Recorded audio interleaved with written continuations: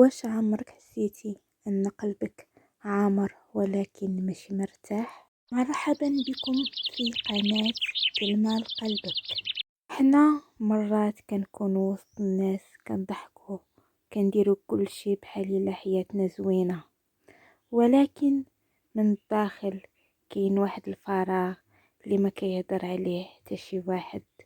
حنا ماشي ديما ضعاف، ولكن كاينين لحظات اللي كنحسو فيها براسنا بوحدنا حتى الا كانوا الناس دايرين بينا من كل جهة، وكنبقاو كنسولو علاش هاد الاحساس وعلاش كنحسو بحال الا شي حاجة ناقصانا. حنا تعودنا نبنيو القوة ونخبيو الوجع، تعودنا نقولو بخير حتى وحنا ماشي بخير، ولكن الحقيقة القلب ديالنا كيتعب حتى هو وكيحتاج اللي يسمعوه.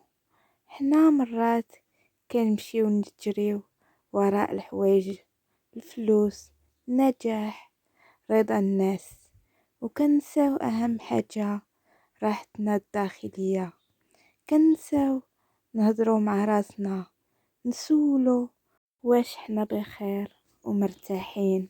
واللي كيوقع ان هاد الفراغ ماشي نحيت ما عندناش، ولكن حيت ما كنحسوش باللي عندنا.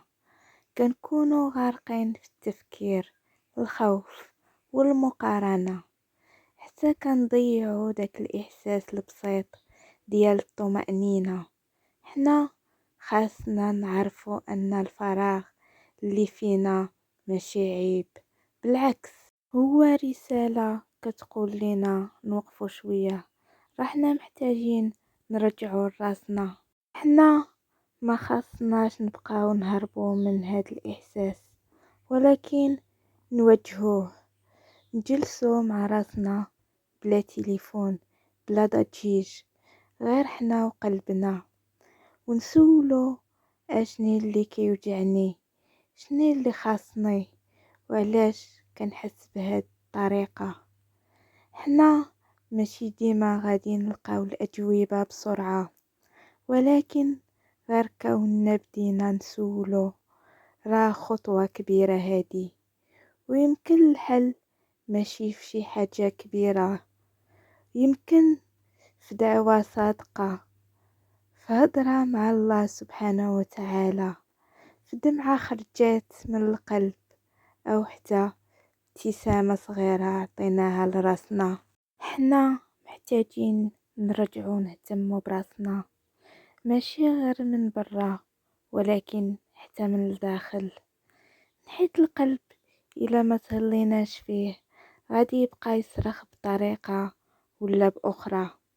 وما تنساوش حنا كاملين كنمروا من هاد المرحلة، وكل واحد فينا عنده معركة ما كيبينهاش للناس، ولكن الفرق هو واش غادي نبقاو ساكتين ولا غادي نتبدلو ونقربو اكتر لراحتنا.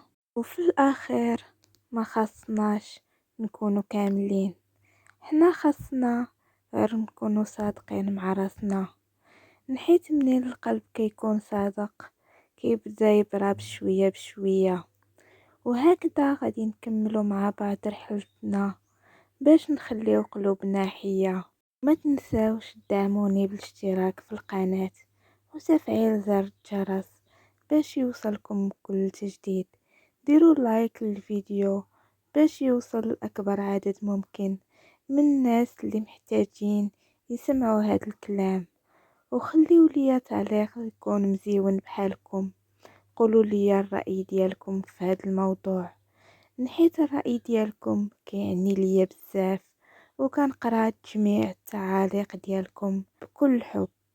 ونتلاقاو في فيديو جديد نهار الجمعة ان شاء الله باذن الله تعالى. يلا تهلاو لي فراسكم وفي رعاية الله تعالى وحفظه.